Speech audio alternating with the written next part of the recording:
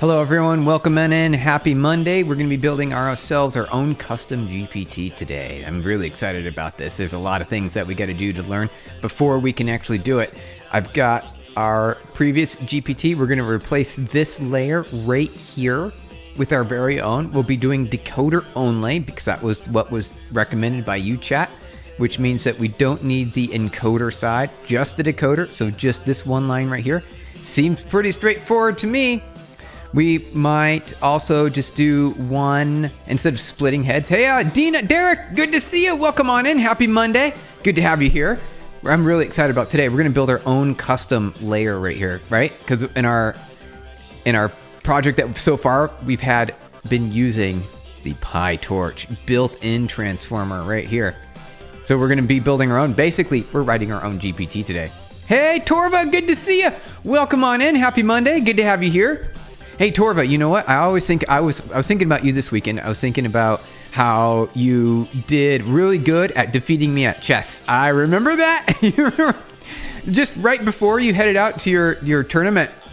I was thinking about that. I'm like, hey, you did a really good job at beating me. You know, I used to play chess every day, multiple times, and when we had an office before we went full remote with PubNub, I had 2 chess masters that I would play with every single day, and I was getting pretty good. I only beat one of them once, and that was a speed chess game. It was only at speed chess, and so we were like, and it was just one time.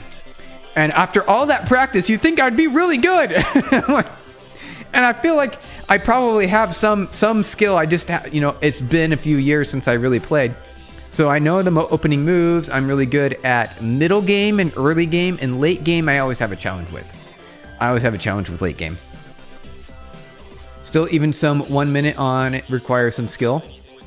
That's true. It did. Oh, I used to have so much fun with that. And then I got so good that no one else could beat me, and so I felt, wait, I shouldn't probably say this, but I'd go easy on other people. I'd go a little bit easier on everyone. Oh, it was great. I'm so excited. I'm going to be building so we need to learn a little bit more about the transformer. We need to rewrite this layer right here. This is what we have to rewrite. This layer. So we're only going to have, we do need it. Come on, never go easy. I know, right? I mean, I would, I do things like what Torva was doing. Like, say, hey, we could undo a move. We can undo, right? It's okay. You don't have to go there. So what I would do is I would still, be challenging opponent. I would just say, wait, think about that move for a second. There might be a better one. There might be something better. I'd like give him hints. I'd give him a little bit of hints. All right. So we're going to be building this right here. Hey, Monkey D. Luffy, good to see you. Welcome on back. Good to have you here. It's been a little while. Wow, how's it been? How's it been going on? What have you been up to? Hope you had a good weekend. We are going to be building our transformer today. That's what we're going to do today. I'm really excited about that. So, here we go. Get the song changed over there. Okay. So we're going to do the decoder side, which is just the right side, because that's what ChatGPT is. We're only going to use ChatGPT. We don't need to do the encoder. Mostly, I believe this is going to be for language translation for the most part, though it seems like, it's just all the same thing either way. So thank you for the reaction. Appreciate it. Okay. Encoder, decoder, attention. Here we go. So we need to do self-attention. So that's one. And then we can do our linear projections, and then we can we don't necessarily need to do a split here for parallelization. I don't think we have to do this. I think instead we can just do one, and we don't have to do a concat. So we will do our query key and value with just three projections. And then we do our scale dot product here on this side right here. and then we do a linear, a feed forward on the outside. So we don't have to split this up into multiple heads. And I think that'll be fine because that's mostly for performance, right? As a performance thing.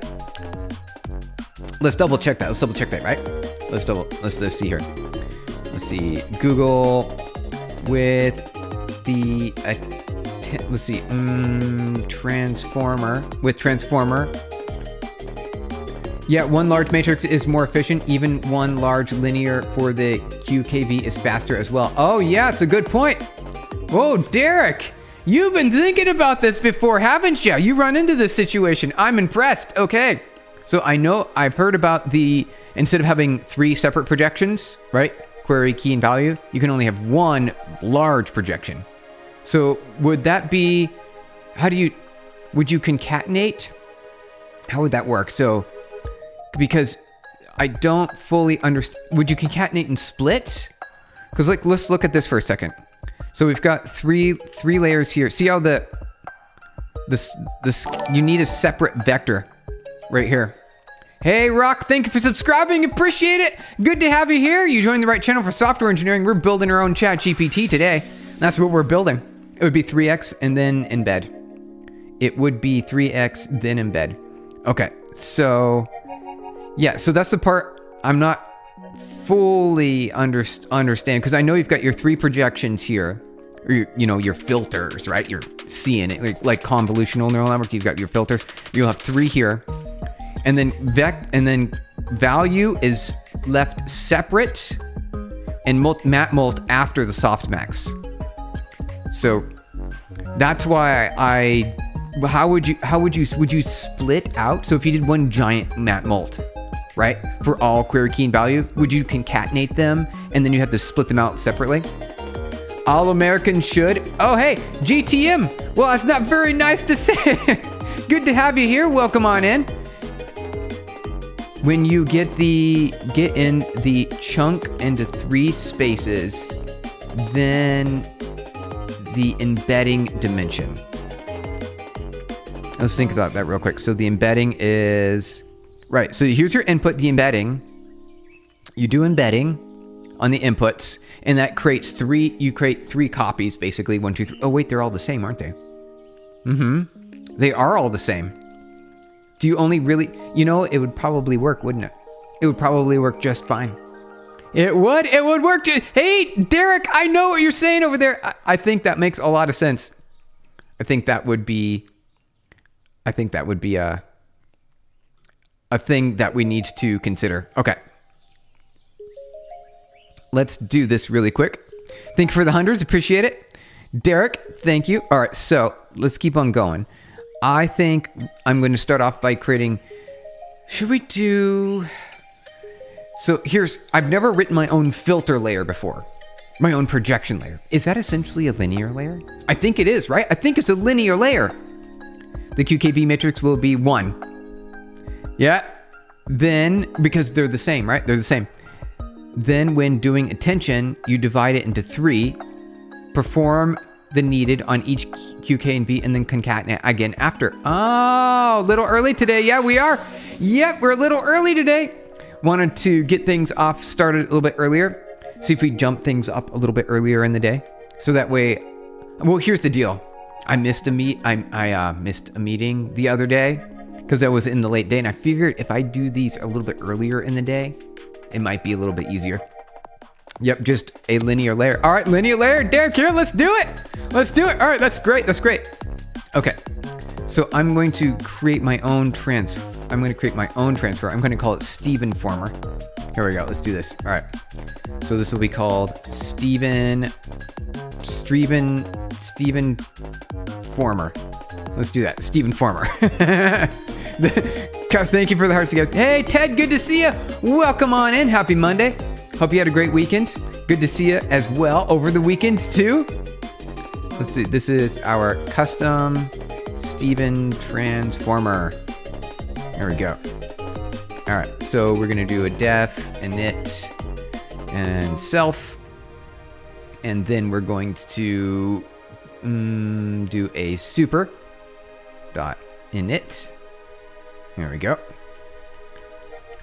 Then I need to create Derek, I know you said we could do one linear layer, and I know it would work.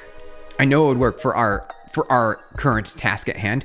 I kind of would like to have three separate. Here's why I want three separate projections, because when I've done this before in the past, when I've written my own, I've always had just a full line end to end and an easy backward propagation when I've done this. And I've never had my own filters. Like, I've never written my own CNN before, right? Where it has three separate filters or more. You could have 16 filters, right? I kind of want to do it. I work 7 days a week, no break. Oh, Ted, oh no. Oh no. That's, well, you know what? I guess we're the same in that regard, right? We're always working. Got no days off, you guys. Okay, let's keep on going. All right. So linear. All right.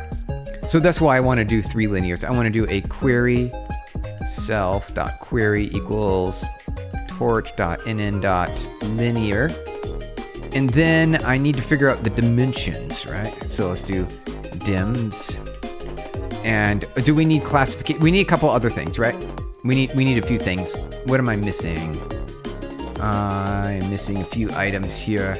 We need our vocabulary. So I know we need that. We need our vocabulary. So I'm going to grab these guys here. All right, Stephen Former.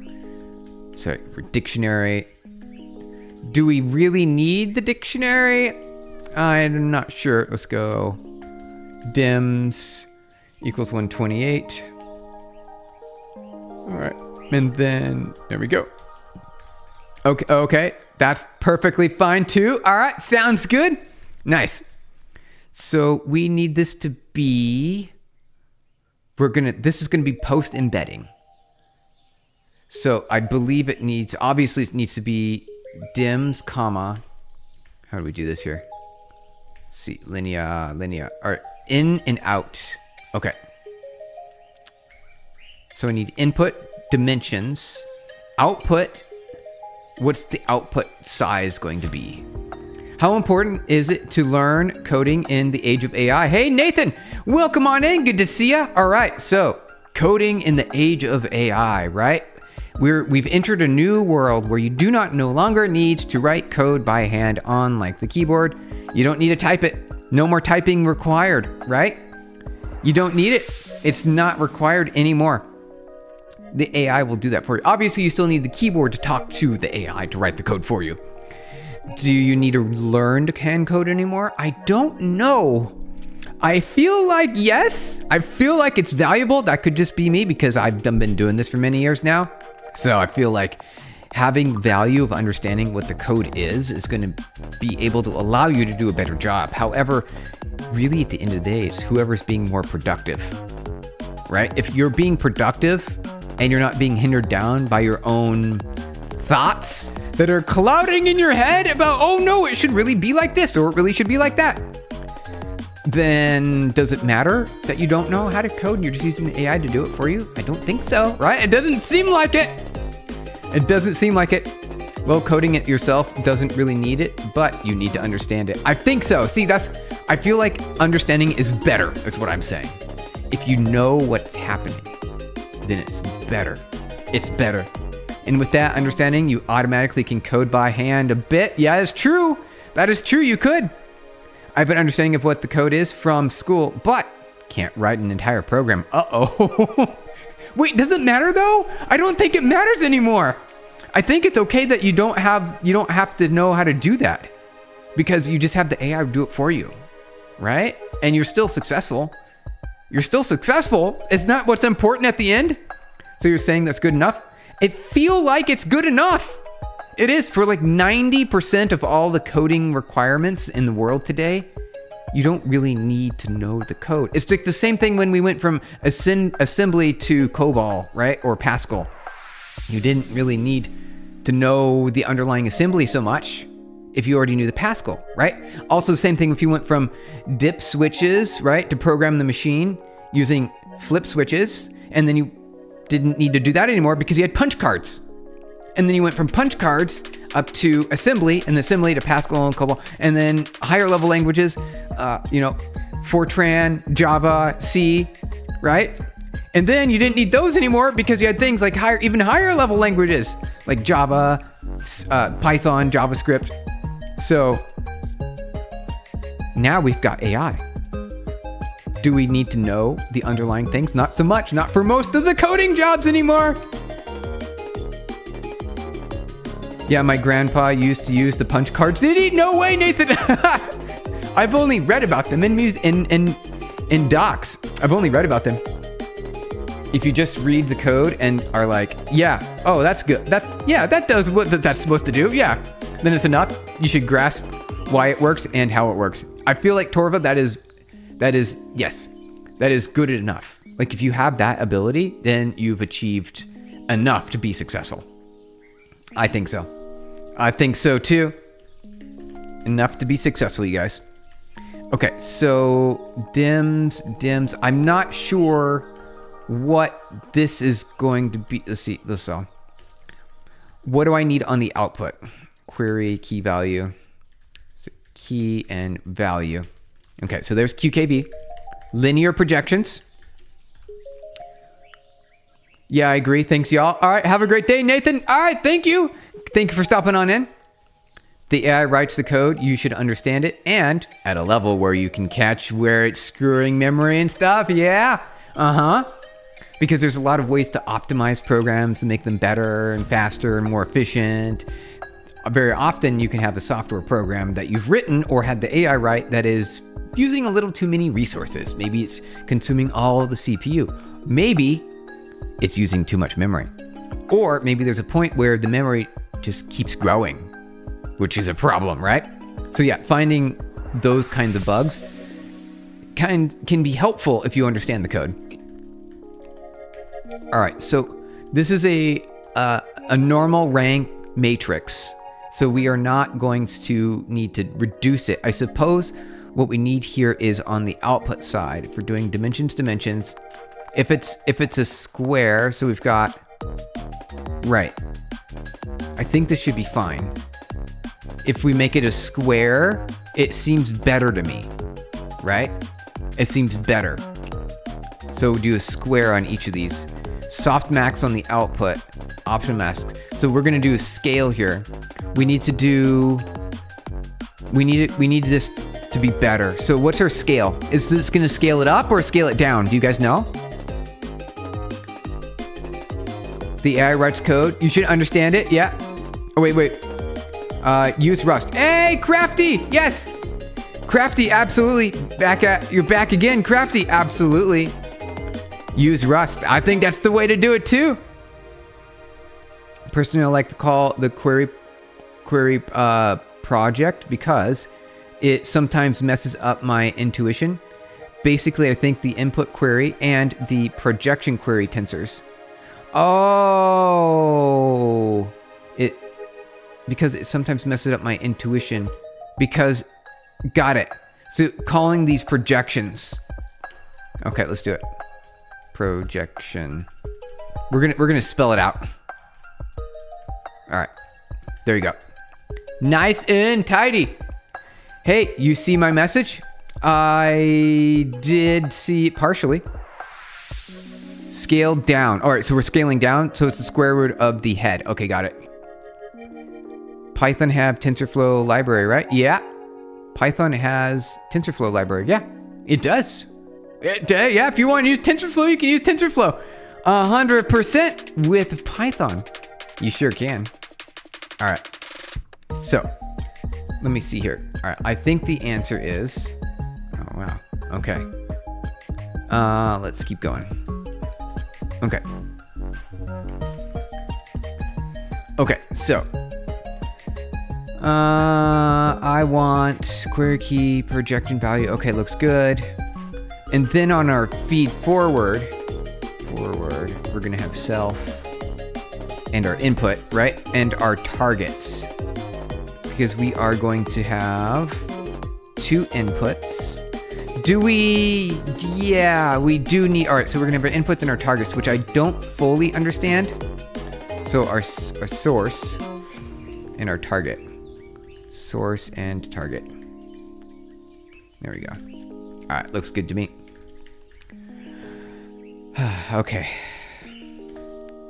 Let's do pass on that for now. Which better for creating Llama, PyTorch, or TensorFlow? I believe PyTorch, right? Because isn't that what it's Facebook, right? It's Meta. It's Meta and Facebook, right? Isn't it Meta and Facebook? So yeah, I think Meta and Facebook. So they creators of PyTorch, right? If you're going to build Llama, like from Facebook that build Llama, then you also use PyTorch. I think that's PyTorch is the way to go. Let's see. Though they both, you can do both. They're both like perfectly fine, really. However, I would say you probably want to use JAX from Google or PyTorch. I think those would be the options. Those are the good options available. Okay. Let's try this. Where are we at now? Torch is really industry standard nowadays. It is. Yep, JAX isn't bad. Yeah, that's a good point. PyTorch, pretty much the industry standard. Everyone's kind of adopted PyTorch, right? And so we want to consider things like other frameworks, like JAX. You could use JAX. JAX is kind of like the answer, Google's answer, because they are TensorFlow, right? Google made TensorFlow. And PyTorch got more popular because of how flexible it is. They wanted to do the same thing, and so they wrote JAX, which is kind of a PyTorch clone. Oh wow, you started it live early. Yeah, I did. Nizwa, good to see ya. Welcome on in. Happy Monday. Got started early today. I'm going to see if I can start early on a regular basis because it matches up with my schedule a little bit better. Maybe. We'll find out. We're going to try. Happy Monday. Good to have you here. Welcome on in. All right. So we're going to write our own transformer today. We're going to call this the Steven former. We've got our projections. We could, I'm going to make them square for now, which is perfectly fine. Make them square. And then we need to go on to the next level here. All right, so wait 1 second. The Steven former, if we're going to have multiple, because we stack these, right? We stack these, because you see how there's multiple stackings that occur here. 1, 2, 3, and they stack. We need to stack them. You think TensorFlow better? Maybe just my thinking. TensorFlow is easy. I would say it's easier to use. You have less flexibility. You're more at the whim of the framework. With PyTorch, you can implement your own custom components pretty easily. So if you're doing a lot of AI development, like a lot, and you really want to have control, PyTorch does a really good job for that. TensorFlow gives you everything, and they make it a lot easier. Though customization becomes more challenging, it's still possible. Did you finish previous transformer? We sure did. Yeah, we did. We got it working. Now we're going to build our own custom one. So we're going to create our own custom layer. If we only have one, it should be fine though, I think. Maybe here's what we'll do. We'll just build one layer first. We'll start with one layer. Yeah, Keras is, yep, TensorFlow and Keras, beginner friendly. Exactly, beginner friendly. Okay. We get a query key value projection. Okay.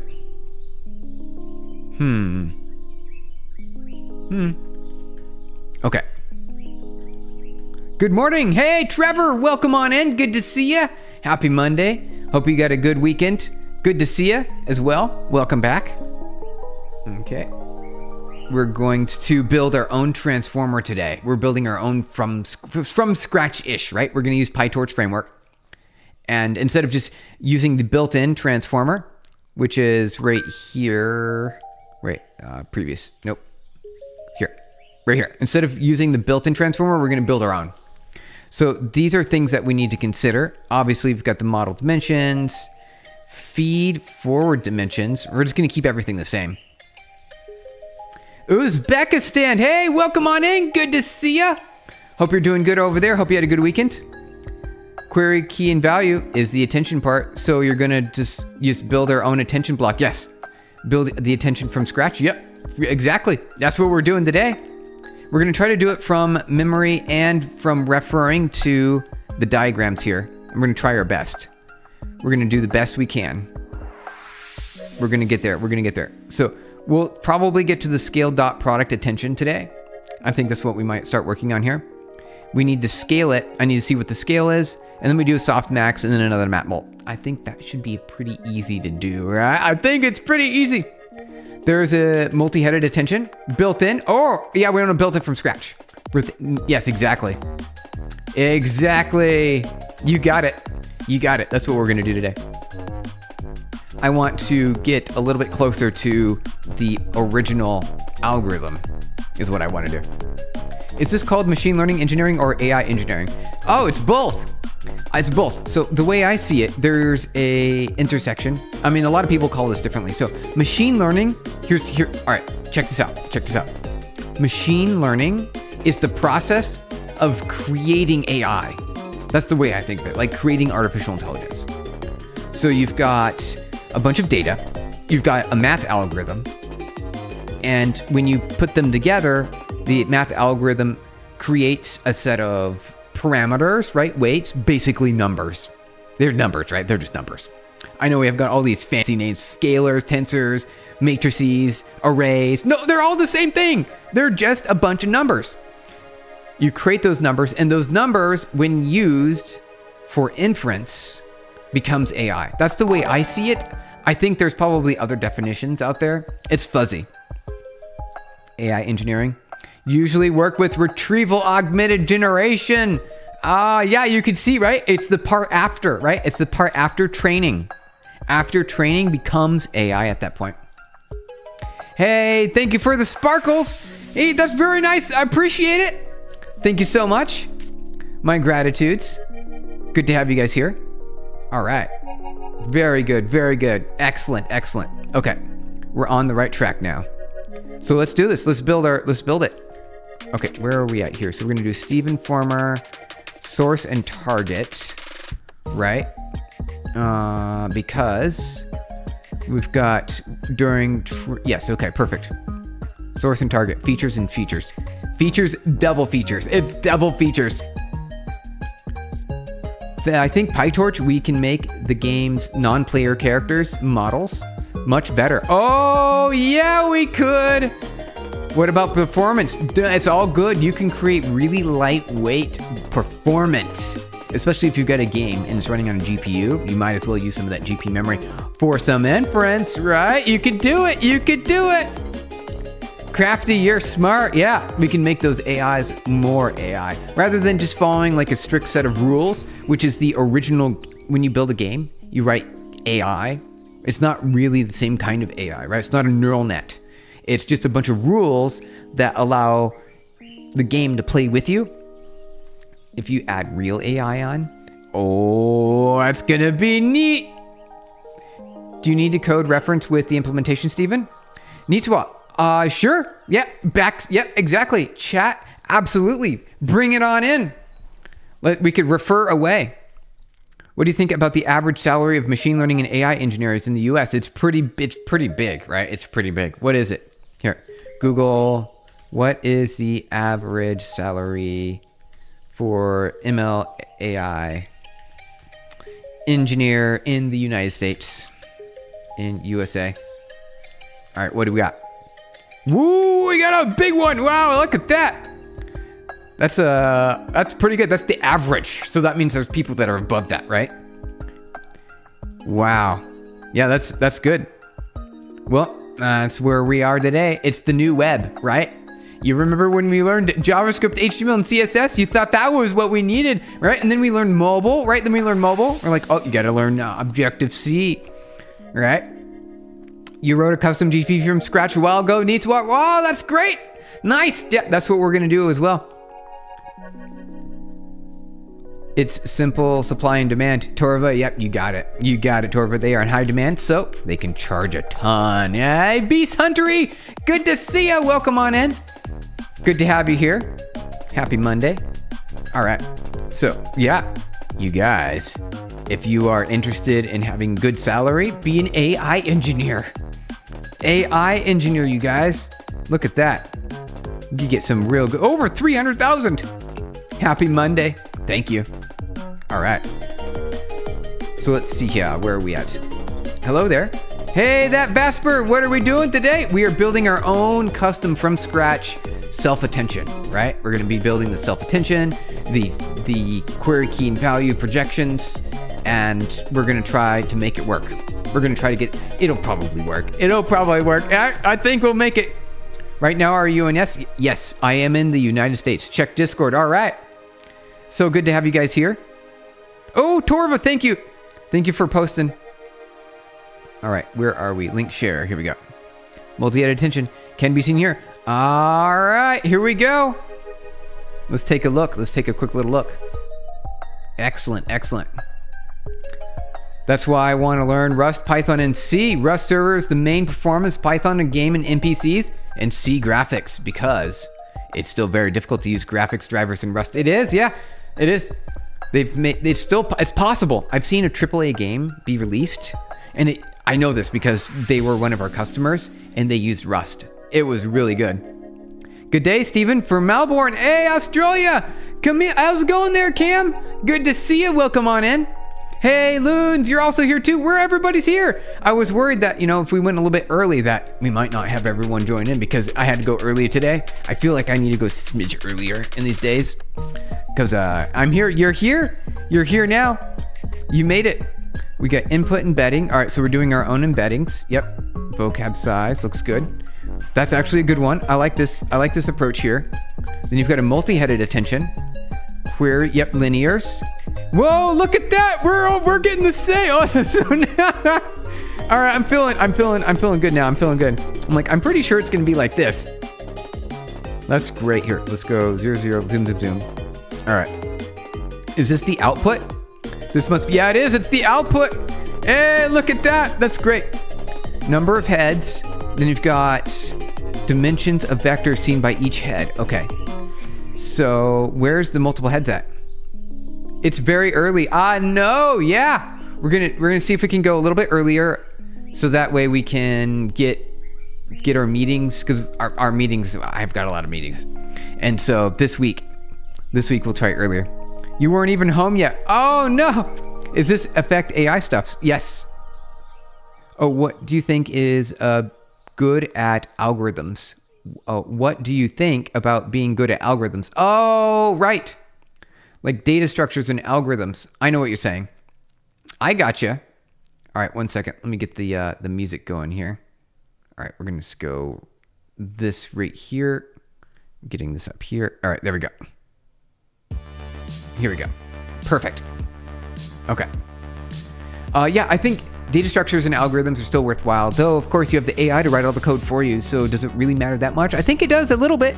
Good news is that 90% of the code that you write will be easily written by the AI as well. And you don't necessarily need to have those levels of expertise that you'd get from having to learn all those algorithms. The majority of the code on the planet, it does not need that level of attention. It doesn't. And it is still helpful though that you can understand and work with the AI at a level where you can communicate with it and be effective. I think though that window is closing and closing to where you don't necessarily need to have that level of expertise. Only under certain conditions will you need to have that level of expertise. I still think it's valuable and helpful that you have that knowledge no matter what level of coding you're doing with the AI. So it's up to you. It's up to you. Manually programming with wires and circuits is goated. Hey, Beast right? Yeah, the original. The original. Multiple head is transform during forward. Okay. So during the forward, got it. Attention, yep, we got an attention layer, yep. Then we've got a forward. Where is the split? Here, is this the split here? Is this where we're doing the split? This is the projection. Yep, here's the projections. The filters, right? We call them the filters. Hey, SSH, good to see ya. How's it going on the live? Thank you for joining on in. Good to have you here. You have built many cool scientific projects. Thank you. All right, that's great to hear. Very nice. Yes, I have. Have you built? The coolest thing that I thought I built was energy extraction from water to create hydrogen, right? Dissimilar metals, electrical, and then you can get free energy storage by throwing a photovoltaic cell, right? A solar panel. So you get a solar panel, you get a vat of water, and you've got a capture system for hydrogen, and then you can store that hydrogen and you can do electrolysis in reverse to capture the electricity and convert hydrogen back to water. And so you create this like closed loop system. That's what I did. I built that. That was fun.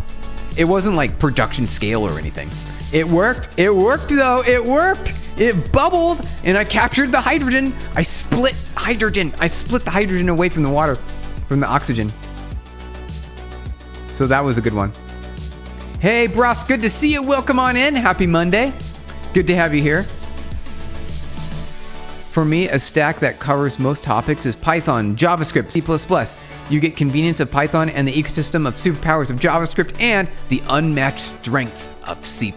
You become very strong at coding. That, Vasper, those are really good languages.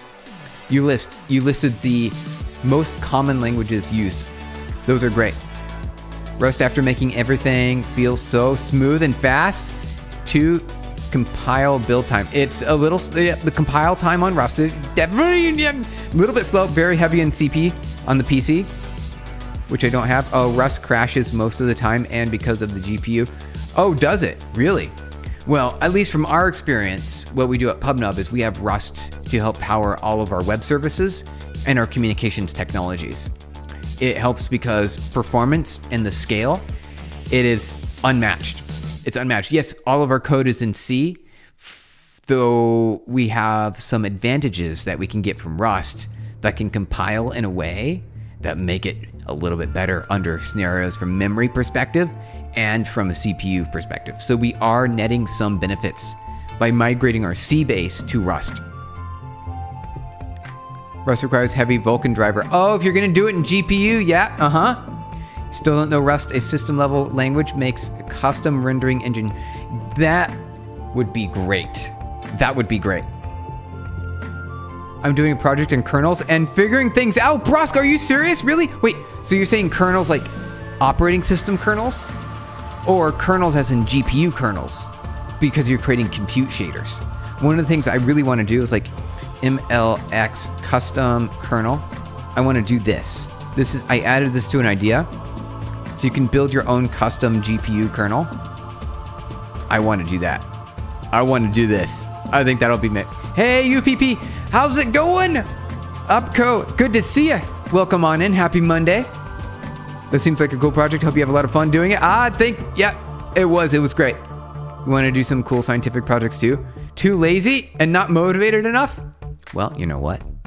That's fine. You get to do what you want to do. No OS kernel, GPU is way advanced for me. Just doing basic stuff. Yeah, oh, okay. Operating system kernels. Got it, Brosk, got it. I was writing some metal yesterday. No way! Are you serious? Derek, no way, that's amazing. Yeah. I want to do some, so you've got the metal framework with MX, right? I want to do metal kernel. I want to do some metal kernel because I want to build some fused kernels. I think that would be really neat. You learn programming in Java? Yeah, that's the place to start. And now C# next. I like C#. C# makes me happy. You learn Python, also Java's nostalgic. Emotional, yeah, because it's one of the early languages, that we learn. You thought about learning C and C++ is much more low level and powerful. C, I like C. I like C a lot. Unix use kernel. Hey, Sai, good to see you. Welcome on in. Good to have you back. It's been a while. Hope you've been doing good over there. Hope you had a good weekend as well. When does one choose Rust over C and vice versa? I would always say choose Rust if you can't get Rust working, then go to C++. Because Rust has memory safety, concurrency safety built in. Obviously, you get some of that with the compiler in C++, though Rust is that native first promise. That has extra safeties. Let's see. Watch this. All right. Google list all Rust compiler safety list format. All right. Compiler safety. Yes, I want list format, please. Thank you. No using metal with C++ straight kernels. Oh, got it. Okay. Derek, that's really awesome. That's amazing. That's really cool. So we got safety guardrails, ownership system, borrow checker, lifetime checker. Yeah, type safety, thread safety, right? Concurrency safety. This one is special. That one's special. So see, all this built-in runtime, this compile time safety is really important. Hardware kernel missing? Start with user. Wait, what? Wait, what is that?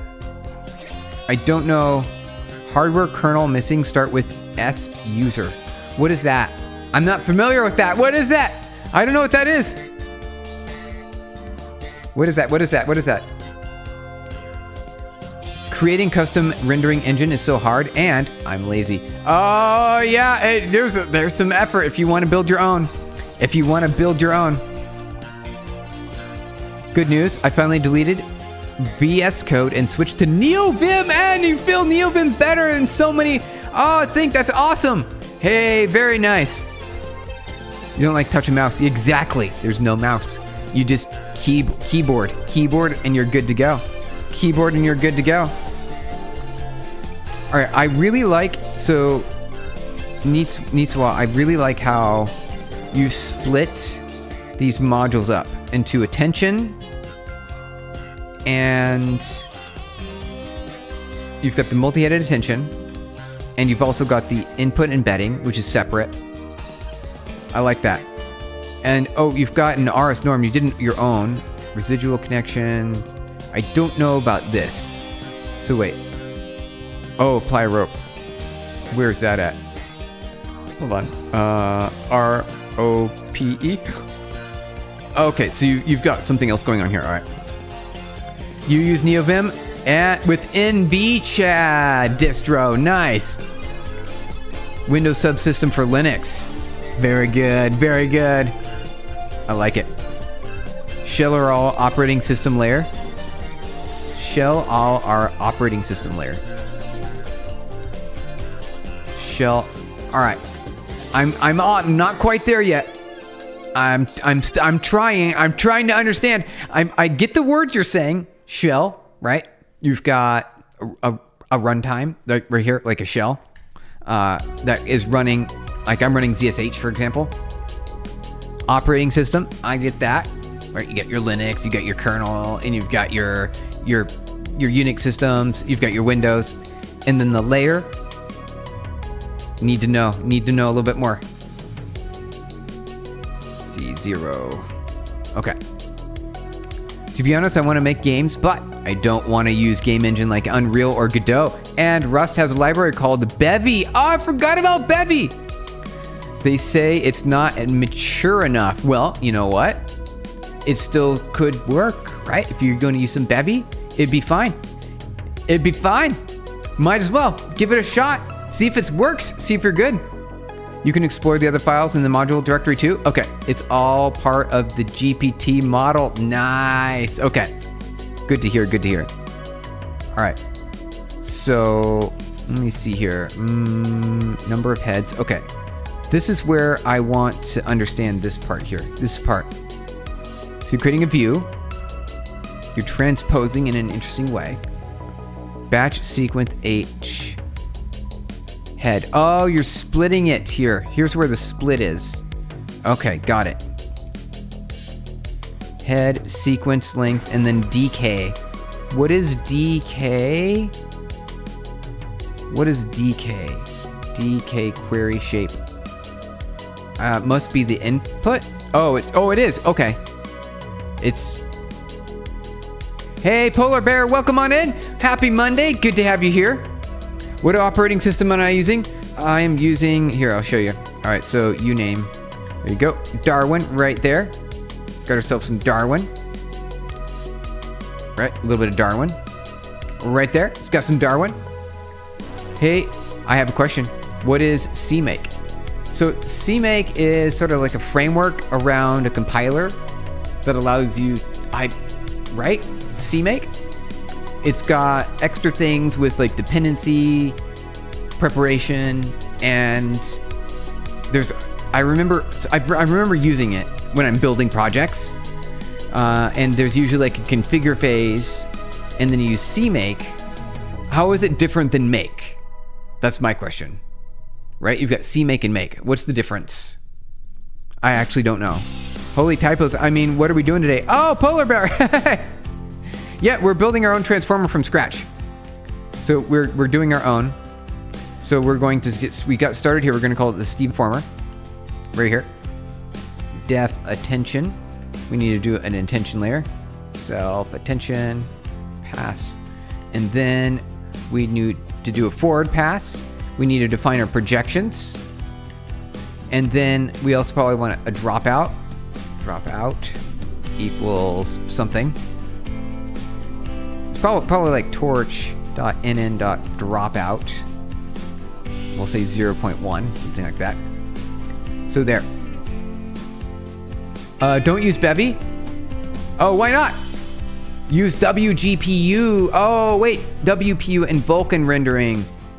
I don't have a nice GPU. I like Arc Linux, Windows, Who Windows after using Linux.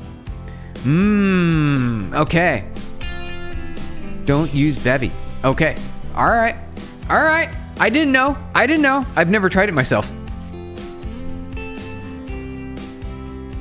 Unix and Linux are real-time OS. Yes or no?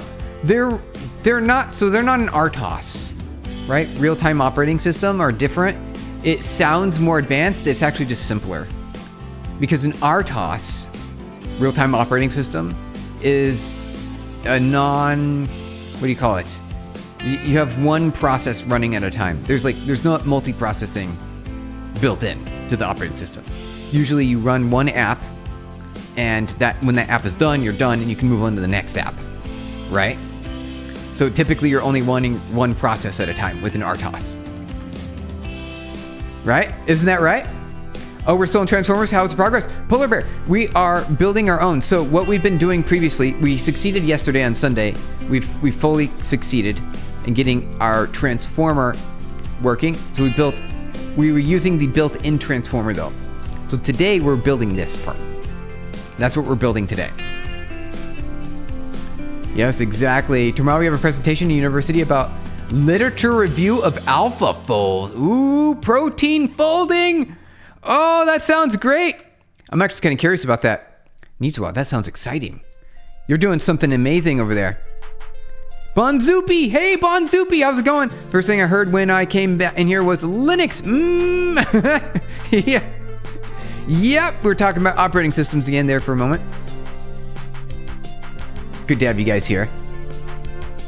Hey bro, what's your main job? Is building cool things on your live my main job? Because if it is, that's the best job on earth. Maybe it might be. Right now, my main job though, I've got a job. I'm CTO at PubNub, this company I started over 10 years ago now. We raised 134 million, Series E, over 1 billion devices on my network, right? I always show my phone when I talk about this. We are a communications API provider. I've got 68 patent claims that have been granted. You could see them. They are on my profile on LinkedIn. You could see them. They're real. They're on Google. They're on Google Patent Search, so you can find them. This is my company here. We got some open roles if you guys are interested. Some AI roles and things like that. Where are we at here? A lot of companies use our technology for multiplayer games. If you ever played with multiple people on your phone or on your desktop, that might have been using my technology to enable multiplayer. You also, the financial stock tickers, you see the numbers move up and down, right? Call centers with chat support. And when you order food, transportation and logistics, things that communicate between parties, the driver and your phone, You can chat with the driver, or you can see the car moving on your map. That's me. If you've seen that, that's me. You've probably used my technology already and you didn't even know it. So that's what I've been up to. SSH. My ESP32C6 Linux 1.11 port is in RTOS. Yeah, I think it would. That makes sense. That makes sense. It's an RTOS, yeah. Real-time Linux is real-time. Yeah, well, yeah, there you go. Real-time Linux. Why? C++ has, beside Unreal, of course, it has Raylib. Oh, right, I forgot about Raylib. I forgot about that. Of course, raw OpenGL too if you want, but don't you want a soul slowly getting sucked out by the hardness of it? Oh, I know, right? There's so much. There's so much to think about. Did you meet cool people on LinkedIn? Yeah, I think so. I met some cool people on LinkedIn. For sure. For sure, you guys. You know what is full of post and what it use it. Wait, what do you mean? You know what is full from post? Full form post. You mean like HTML posts on web forms? Are you talking about like encoding? Like form encoding? What are you talking about here? Did you guys know that Python still uses Fortran? Wait, no, what? No, what? Really? In its NumPy number crunching? Really? It uses Fortran? Are you serious? Wow. Who would have known? Are you kidding? Wait. No, wait. I got to look that up. All right. NumPy uses Fortran? No, NumPy does not strictly require dependent on Fortran code with self, but maintains a deep relationship with the language through memory layouts, optional linear algebra libraries, and integration tools. I mean, did I get that right? Power on self-test. Hey, the good old memory tests. Do you guys remember that? When you boot a computer and it flashed the memory test on the screen? All right, let's get back to it, you guys. Let's get back to our code here.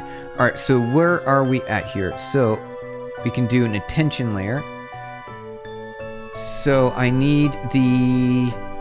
If we're doing attention, don't we need query key and value? Query key and value. Do we need all those? Key and value. And this will happen post. This happens post forward, right? And if we do source target, hold on. Wait. Let's see. Where is my forward? Here we go. X and mask.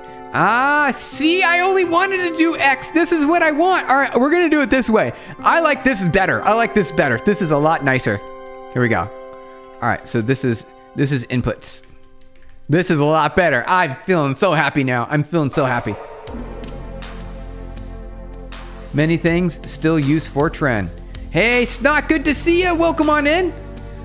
We got started a little bit earlier today.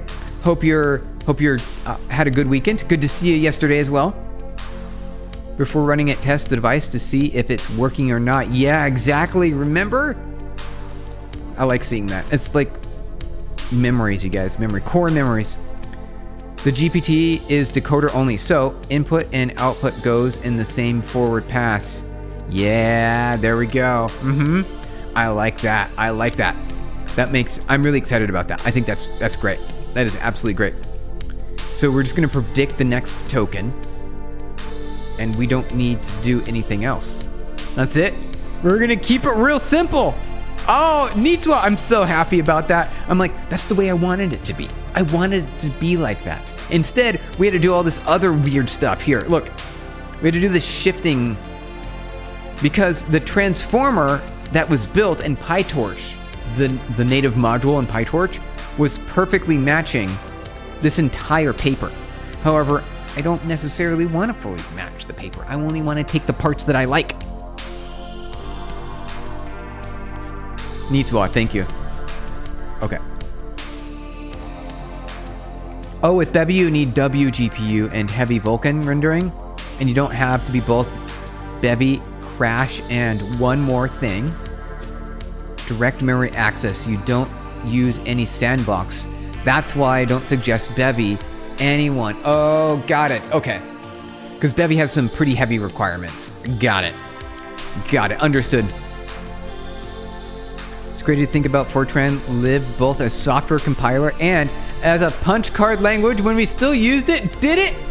I didn't realize that. I did not know that Fortran was in the punch card era. I mean, I knew it was in that range and there was some overlap. I didn't know that it worked in tandem. I didn't know that you wrote Fortran for punch cards. I didn't know that.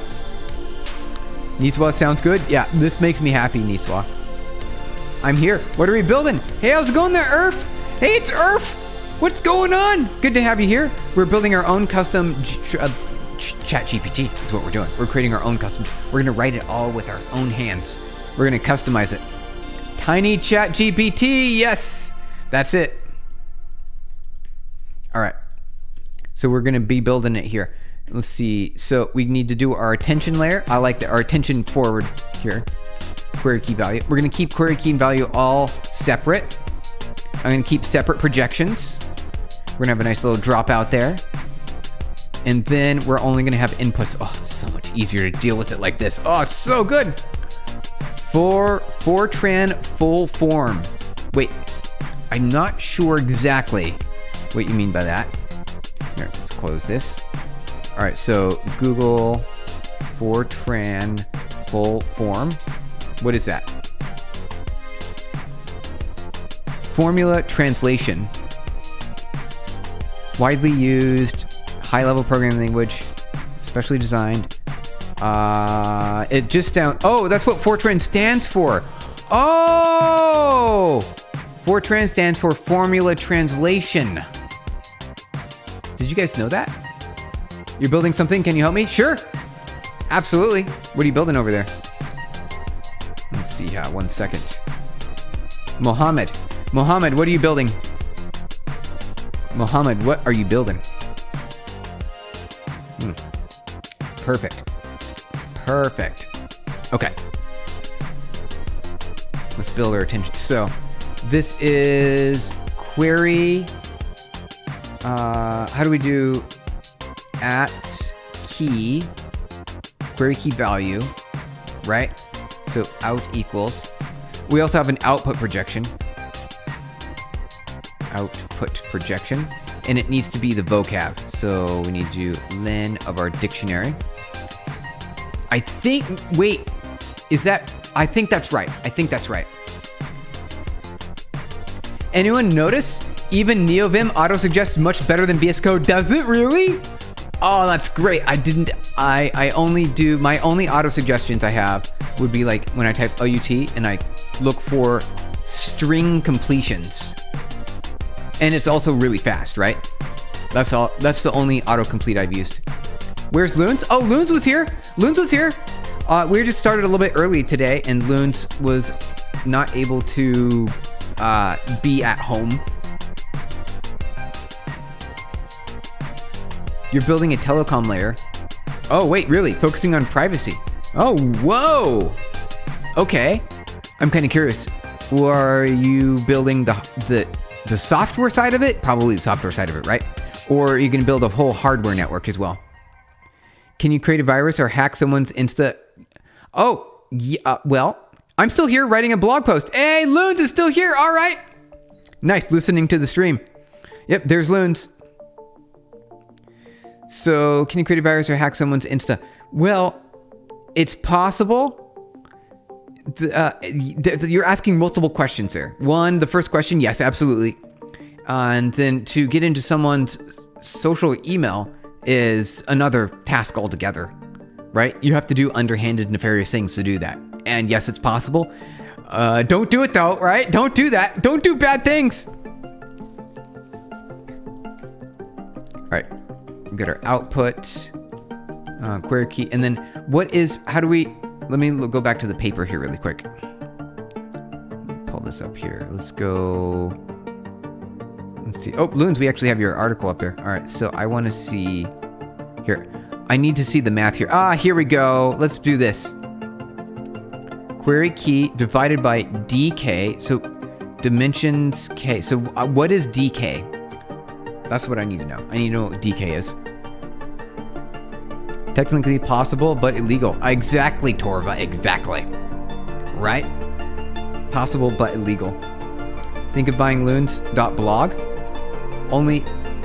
Oh, that's really good price. Well, .blog. I mean, if you want to go the .blog route, sounds good. I mean, domain names. However you want to do it. Does the .com still have any? .com is still like the standard, right? And then you've got .net and .org, which are kind of like follow-ups. From there, where do you go? Does it matter? .ai would be really valuable. Use Rust for hacking to hardware reverse engineering. Oh, you could use Rust for that, maybe, yeah? A little bit of a...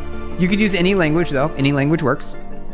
Dimensions of the attention head. Oh, dimensions of the attention head. Okay, that's what DK is. Dimensions of the attention head. Okay. So...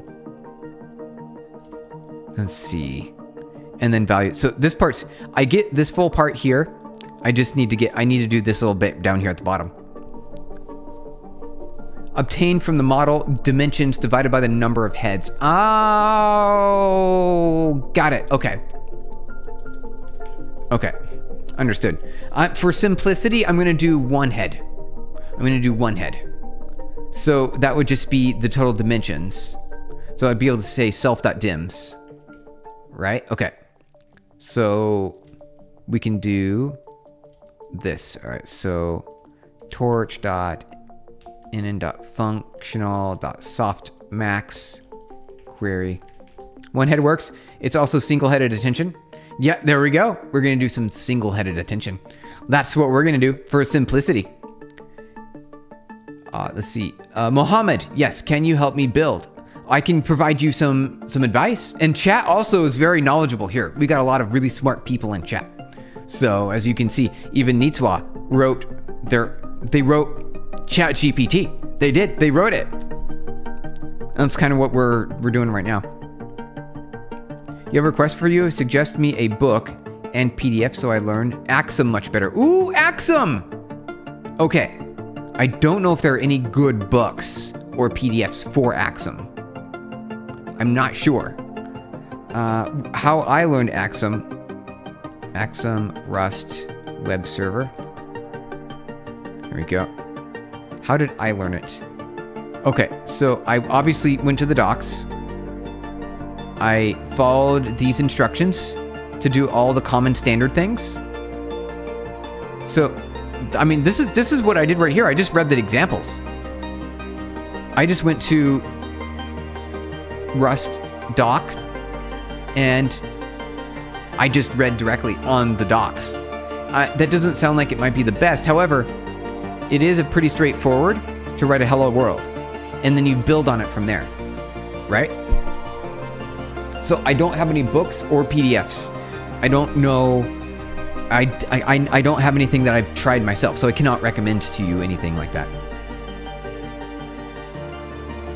You need someone who can write complete tech layer for MVNO. Oh, well, let's see, Google MVNO. What is that? Mobile virtual network operator or wireless service provider that does not own the physical cell towers. Instead, it leases bulk network capacity from major carriers. All right. Buy minutes and sell, and then you buy. Okay. So it's a nice sort of pass through. It's a software layer. Data, fewer perks, no free phones. Cost savings, plans generally. Okay. I see what you're doing. I understand. I'm not familiar with this process. I've never done it myself. So I don't know. I really don't. I want to help you. I do. I do not have expertise in this level of compute. How can someone build a REST API? Oh, with Rust in Axum? I mean, you kind of got it right here, right? So you use the get, right? You can also do more than a get, right? So routing, you say get, post, delete, update, patch. Those would be supported in routing. So this is what I would do. I would just go to Axum and follow the instructions. Or if you want to go easy mode, do fast API Python, right? Don't even bother with Rust. Just do fast API. Here's a quick example, right? Really easy, even easier. Although the code is about the same amount, it almost looks the same, really. It's just a little bit easier. Hey, Neva, good to see you. Welcome on in. Today we're writing our own transformer layer. We're going to do a single-headed attention. We're going to keep it really easy. We've got our query key and value projections. We've got an output projection. We're going to add the attention layer. And then we're going to get everything working end to end. I believe we'll get started today and we'll maybe finish tomorrow. I think that's the plan. Yes, exactly. I'm building privacy layer on top of that. Nice. Oh, Mohammed. That sounds really great. That sounds fantastic. I also use the same thing, RustDoc. Ah, nice, Crafty. Okay. You want to use RustDoc? Is nice. Some improvements for Axum like Rust programming book. Okay, got it. Understood. So Crafty, I mean, as far as learning more Rust, my favorite is Rust by example. It's its own dedicated thing. You just hit Rust by example, and it gives you everything. If you want to learn more Rust, it's my favorite. And if you click on videos, hey, look at that, Rust by example. I wonder who that is. You want multi-headed attention? It's basically the same thing, but with softmax ran per head. Yes. So we're gonna start with a single head. We're gonna get that working, and then we might move to multi-headed, right? So we'll be able to split the inputs up between query key and value. So that way we can process them in parallel. What memorization does programming require? What memorization does programming require? Well, typically just the algorithms, right? Because every programming language is the same. They're all the same.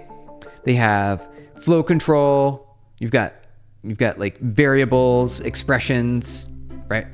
So if statements, loops, variable assignment, you've got those things. Now, there are common patterns that you can use in order to generate efficient compute, right? Based on the current processors.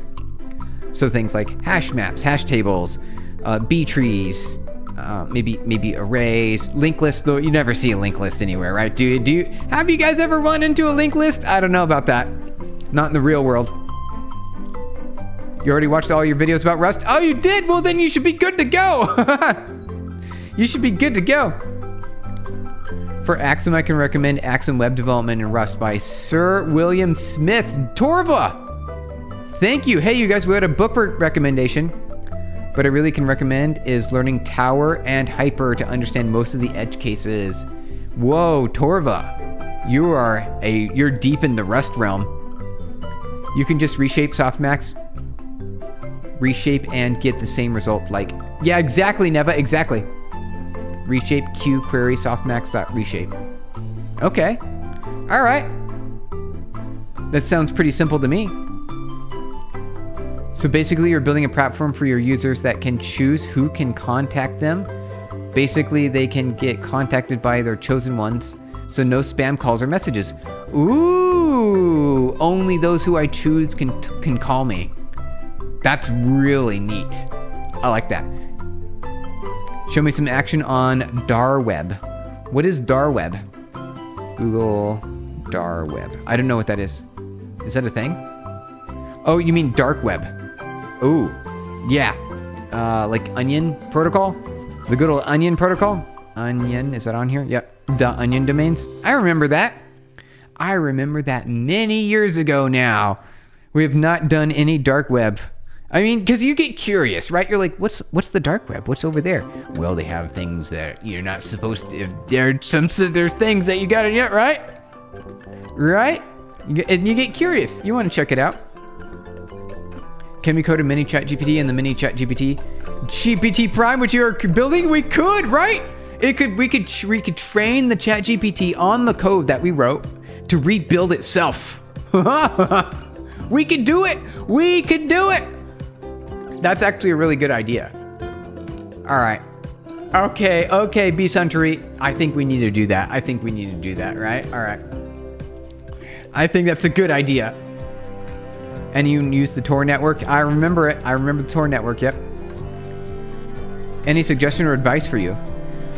So I don't know where to start. It sounds like let's see. Let's just ask the AI really quick. MVNO software. Let's see. A suite of technology solutions enabled. Yeah. Are there any open source options? Open source options. Start here.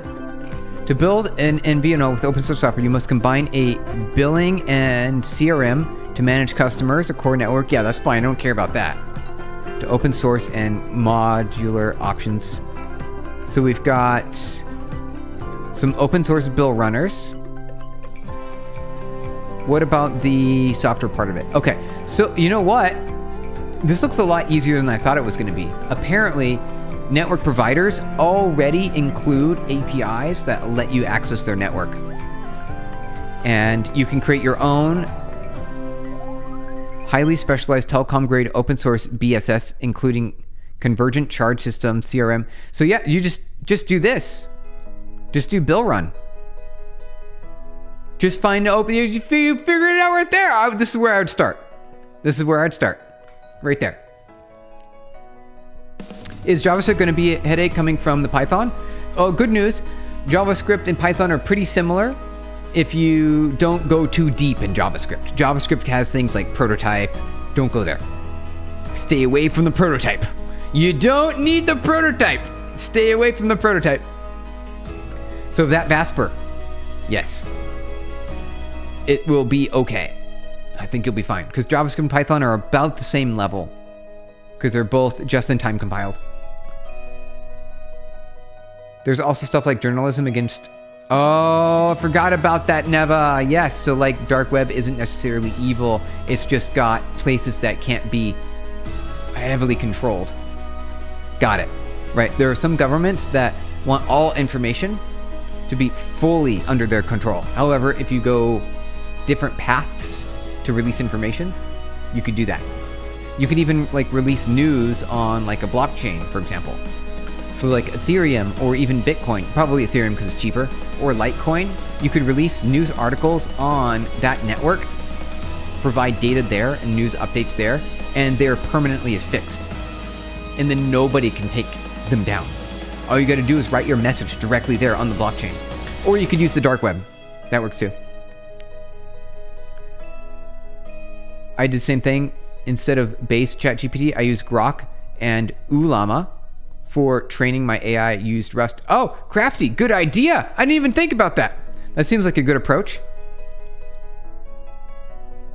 Language and syntax. Yes, exactly. Exactly. That's what we're gonna do. We're gonna do syntax probably though. We'll do syntax. I think with our own custom GPT, we're gonna write it and then we're gonna teach it how to write itself. Right? We're gonna teach it how to write itself. That sounds like the best kind of data ever. We are absolutely going to do that. That is going to be the goal. We're going to do it. No one's going to tell us to do anything. It sounds so exciting. It's actually pretty simple. I know for those like Neva and Nitswa and Derek, those of you who are in here, you're like, oh wait, that's pretty straightforward. I know. But it's still a good story. It's still a good story. We're still going to do that. 100%. That's the goal now. We've switched it up. Such a good idea, you guys. Thank you, Beast Huntery. Can you help me? How can I connect with you? Sure. I'd be happy to provide advice and ideas for you on that. Obviously, I won't be writing into the code for you or spinning up anything like that. I've got my own job on a regular basis that I've got to spend a lot of time on. I spend all my day on this. In fact, I spend so much time on this. I prepare all my food on the weekends and work at the same time. But then during the week, I don't have to do much food preparation. Only just a little bit in the morning. And then I can work all day long. Connect, Steven? Yes. Use Discord. Oh, Crafty. Yes, thank you, Crafty. Yes, Discord is the answer. Mohammed, the answer is Discord.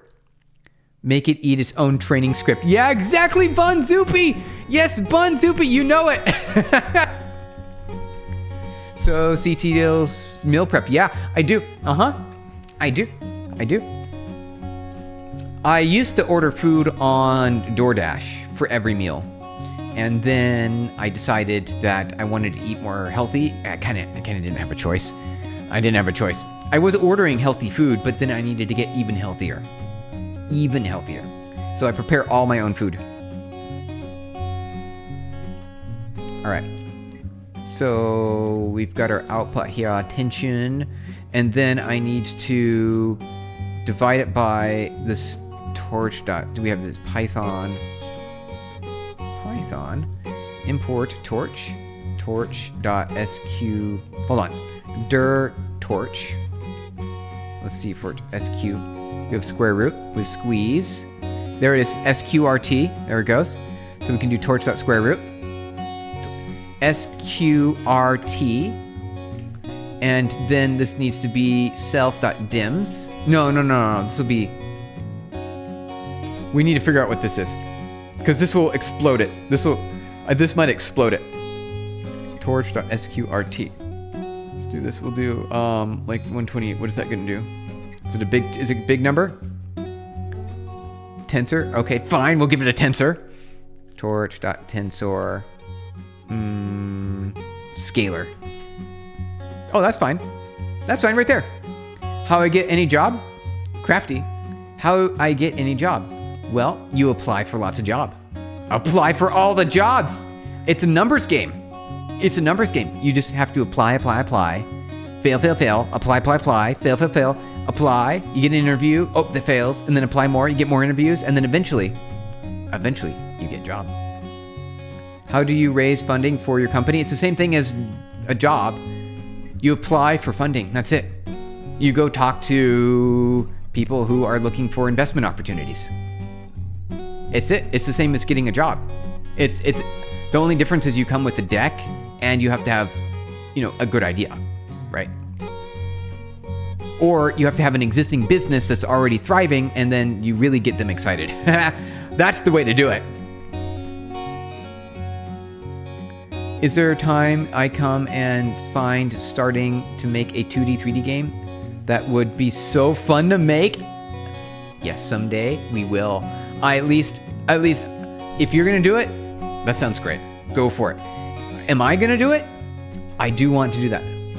The reason why I got into software engineering is because I wanted to be a game programmer. I wanted to be a developer who made video games. Doesn't that sound like a lot of fun? And I studied for that. And then it turns out enterprise software was where I ended up going because it was a little bit more profitable. I want Intel 14th generation. All right, RTX 4060, but I don't want to approach my family and make them, pay all the money for your PC? I know, right? That's expensive. It's expensive. GPUs are expensive, you guys. If you think about it, 2 square matrices with first, it works out to be in without the square root. So we don't even need the square root, is what you're saying. Can this AI be used to make an AI companion like an operating system or a browser? Or yes, it can. For home assistance, yes. Yes, it absolutely can. 100%. Yes, it can. Just apply for stuff you are good for. If you are extremely high performing, you can go for big companies. Else, go for smaller ones, local ones. Yeah, that have open roles. Torva. Yeah, that's really great advice. See, Torva, you guys have really fantastic advice. You guys know what to do. You do. Oh, Torva, that's good. That's awesome. But if you can scale both K and Q by square root of N, it may be more numerically stable. Unsure? Okay. If you can scale both. Okay. All right. We'll find out. We'll find out. I know what you mean by numerically stable. I get it. I get that part. Because that's like the big point of AI, is making sure that the numbers are stable and you maximize as much as you can out of the bits that are available to you during training. And you don't want any explosions or vanishings. You want stability. You want smooth. But you want to be able to, I want to be able to maximize all of the information inside of the small amount of bits that we have per parameter. That's really what we're doing here, right? That's really what we're doing. All right, guys, we've got a few minutes left here. Then I got to jump for a meeting. We're gonna get headed out here in a little bit. We'll wrap up here. You know what I talk with an AI, not for coding. Understand because Gemini explained better than any teacher normally would. Yeah, the pop-up teacher didn't use AI for coding. You start learning. Hey, Crafty, I know, right? Isn't that great? We've got this built-in teacher now. You guys who are just, newer to the industry, it's so unfair. You've got this super powerful tool that I didn't have. I didn't have that. I'd write everything by hand. It was also very exciting for teach roles as an engineer graduate. Now I think management roles are high paying. Are they? Mustafa, are they? Are management roles, are they? What I'm finding is that management roles are actually starting to disappear because everyone can be productive using AI. And so now you've got, maybe a head or a soft manager, and they are still contributing using generative coding. That's what I'm seeing. I'm seeing that happen. Not just at my company, at every company. Going for an MBA. Oh, Mustafa, all right. Don't let anyone slow you down. Keep going. Go for what you want. MBA still has value. It does. You probably should scale K and Q before multiplying, so you're not going to explode and overflow. So scale before. So before this part here.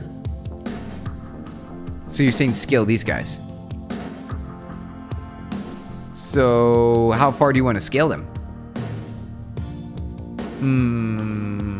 So these are the embedded values, right? So we're going to get embeddings. This probably should be fine based on our embeddings, right? Hey, Fantasticals, welcome on in. Good to see you. Happy Monday. All right, here, I'm going to make some notes. All right, scale, query, and key before mat_mult. All right, because we have to get going here in a few minutes, in about a minute right now. What if we train this AI to upgrade its own source code and also train itself? Ooh, the self-improvement loop. Okay, that's a little bit extra. That's a little bit more challenging. I like what you're saying there, Beast Hunter. I like what you're saying. We're at least going to train it to write itself. We'll start there. And then we might go a step further. Maybe. I don't know. We might. That's a good idea. Today I'm revising the data structure, and today I have to do some sorting. Do you know about in place or stable adaptive, or how much time is taken for sorting? Yes, I know about the various sorting algorithms. I do. I know about various sorting approaches and ways to move data around where it's low movement, high movement, or no movement, right? So you're just doing references. I know about those patterns. I do. I've used them before. That's why your logic is so strong. You know better than the AI? Oh, yeah. Don't use any AI for coding. Write code by hand. Anything I don't understand, then ask teacher. I don't understand. Simple. Crafty, that's a good approach. Do the struggle. You're on the right path. Try coding it yourself. If you do that, and you do that without much help, then you'll run into a lot of problems, which is good. You want to survive those problems. You want to find what the problems are. That part of the discovery, I think, is more valuable than any other kind of learning. Before the AI boom, we had the whole agile trend of less managers. Yep, less friction, go fast with small teams. That's right. The agile. That's where we are right now. We're in the agile, and we're stuck with it because we've been used to it for so long. And now we've got AI, and the way we generate code is a lot faster. So we need something new. We need a new modern agile. Probably keeping on reducing non-technical management for the same reason. Never. Yep, you got it. We're probably, I have to go now. See everyone. All right, that Vesper. Yep, we're headed out as well. We got to go. We got to go. Thank you everyone for the hearts. Appreciate it. We have the AI. Wait, have we built the AI machine yet? What day in the process are we in now? Oh, hey, yes. So we did. We succeeded. We built it yesterday. We did it. We did it yesterday. We did it. Today we're going a step further. We're going to be writing our own attention mechanism. We're going to write our own transformer from scratch. Well, using PyTorch primitives, right? Instead of just using the PyTorch built-in module, we're going to write it ourselves. We got started today. We're going to have to pick it back up tomorrow, though, because I have to get going, you guys. Please, before you go, can you look at my blog post? Yeah, real quick. All right, let me see here. Loon Steer, where are you at? Here. Okay. Go home. Blog 2 here. I do have to get going. I'm 2 minutes late for my meeting, you guys. For context, please look at the first block. Today, I didn't do too much, but there's some bugs. Oh, the main agent, the one that makes agents, doesn't output anything on the Blocks web app. The CLI on your part, it works. Okay, so far so good. Literally doesn't know why. Okay, so you ran into a problem. Same problem with the generated agents made by OpenCode. Nothing outputs. Oh, no! You don't know if it's your side, but Block side. Okay. So you've got a problem, you don't know where it is right now, and you're going to be debugging it. And the Codex CLI, the AI you're using for the project, you're using 5.5 medium, doesn't seem to understand why either. I'm writing to get back on this blog. Well, bugs are fixed. All right. I'm looking forward to the next one, Loons. This is exciting. All right. Now you have 700 XP? Really? Wow, look at that. Good job, you guys. Dang. Go, don't get fired. Hey, don't worry. We'll be... All right, you guys. Thank you so much for hanging out. I got to get going. I missed... We'll be back tomorrow. Enjoyed spending time with you guys. The blog on also. Okay, sounds good. Steven, are you going to make RAG system too? Yeah, we should make RAG as well. Here, let's put that in Discord. See y'all tomorrow. Bye, everybody. Have a good rest of your day.